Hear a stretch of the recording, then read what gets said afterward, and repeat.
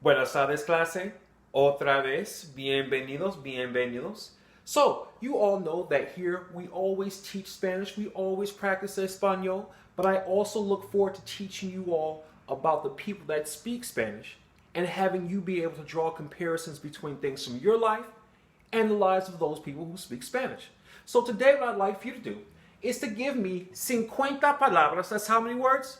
Excelente. 50 words about your casa. You know, we've been talking about the vocabulary of houses all chapter. We've been talking about how you dormir in your cuarto. We've been talking about how you cocinar en la cocina. We've been talking about how you would lavar los manos en el baño. Now we're going to be putting some of those rooms to use. But before we get to that, I want for you to describe your house to me in 50 palabras. You've got 30 seconds. You may do this either in Espanol or in Inglés. I want for you to talk to me about your casa en 3 minutos, 50 palabras. Let's get to it. Excelente. Muy bien. I'm seeing Senorita Stewart is showing me some great things. I see some great things from Senor Domingo as well. Excelente. We've got 1 minute to wrap that up. Put your finishing touches on this. Excelente. Muy bien. And all eyes are going to come back up here. En 3, 2, 1. Excelente. So I heard some great things about your houses, and I saw some things in common. This being Chicago, the south side of Chicago, I see a lot of people have very similar elements in their house. Up front, they have the living room. And como se dice living room? We know that. Como se dice living room? Muy bien, el salón. And then after the living room, they have the dining room. Como se dice dining room en español? Muy bien, el comedor.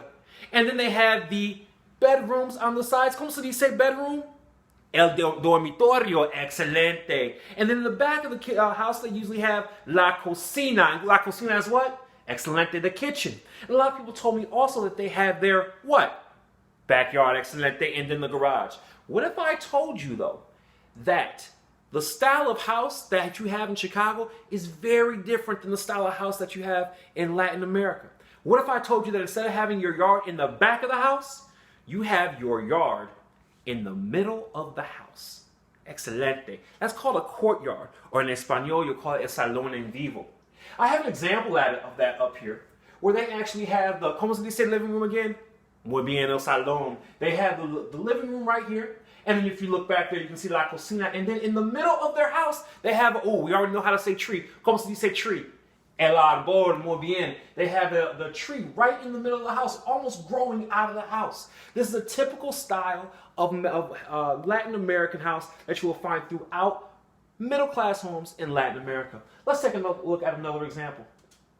You'll see right here that otra vez you have el salón, you have el comedor, and they have a courtyard right in the middle of their house. And they have the dormitorios right up there. You can see all that. They have a 2-story house with a courtyard right in the middle of their house. That is very typical in Latin America. So now you are able to draw comparisons between your home, your culture, and that of people who speak Spanish throughout the world. Let's go ahead and talk about what else we're going to be learning today. We're going to be talking about a new piece of grammar. You all are going to be learning how to describe what people are doing in something called the present progressive tense. By the end of today's class, you all will be able to discuss what people are currently doing at that moment. So let's go ahead and get out our green sheets and be ready to take these notes.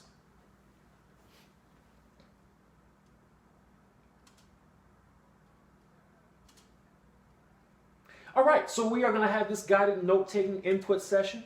You all are going to be at your noise level 0 with me for the next 8 minutos while we go over this información. I will be cold calling some readers, so make sure that you're ready to go. Make sure that you're with us, because I might be calling on you. Let's go ahead and begin with this first slide of información. Read that for us, por favor. Looks like I have Senor Ortega. Go ahead and read that for us, por favor. Exactly. You can use the present tense to talk about an action that regularly takes place or something that's happening right now. For example, I am teaching. You all are learning. You all are sitting while I am standing.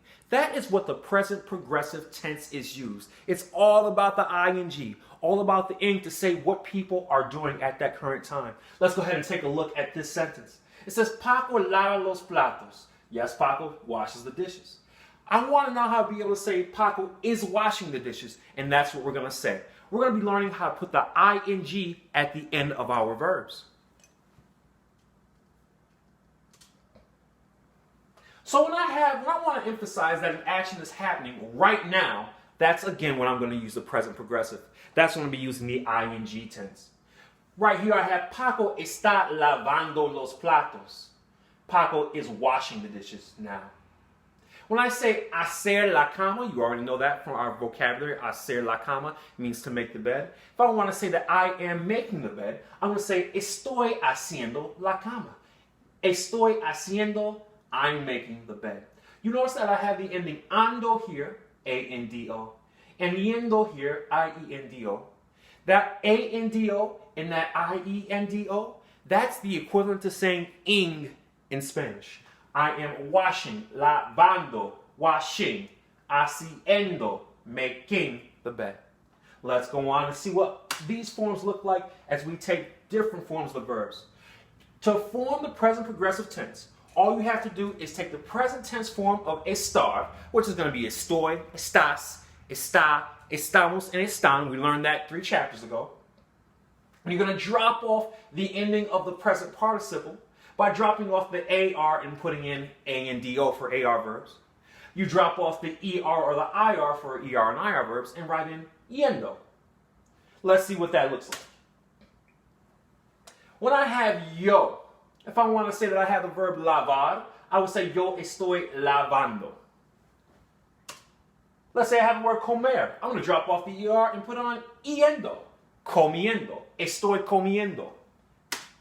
Let's say I have the verb escribir. I'm going to drop off that IR and add on IENDO. So everybody repite, por favor. Ando. Yendo. Yendo. Now let's do the whole thing. Everybody repite, por favor. Yo estoy lavando. Estoy comiendo. Estoy escribiendo. Excelente. Now, the great thing about the present progressive is that once you know the ending, the ing stays the same no matter who we're talking about. If we're talking about I, you, he, she, they, or we, it's always going to stay in the ando or yendo. Let's take a look at another example. I want to talk about you doing something. All I have to do is change the estás to estás levando, to estás comiendo, to estás escribiendo. The ando and the endo stay the same every time. If I want to talk about something that he or she is doing, I'll say él or ella está lavando, yendo, escribiendo, comiendo. It stays the same. That suffix, the ing equivalent, which is ANDO for AR verbs, and IENDO and IENDO for ER and IR verbs, that's going to stay consistently the same. Let's take a look at a couple more examples. If I want to say what we are doing, I'm going to say nosotros estamos. Still, it stays the same. Lavando, comiendo, escribiendo. And then finally, to talk about what they are doing, I'll say ellos están lavando, comiendo, escribiendo. It all stays the same. Excelente. So now, you have this entire table, and you have this already written down on your sheets. You are going to be able to refer to this as we go ahead and do our work for the rest of the day.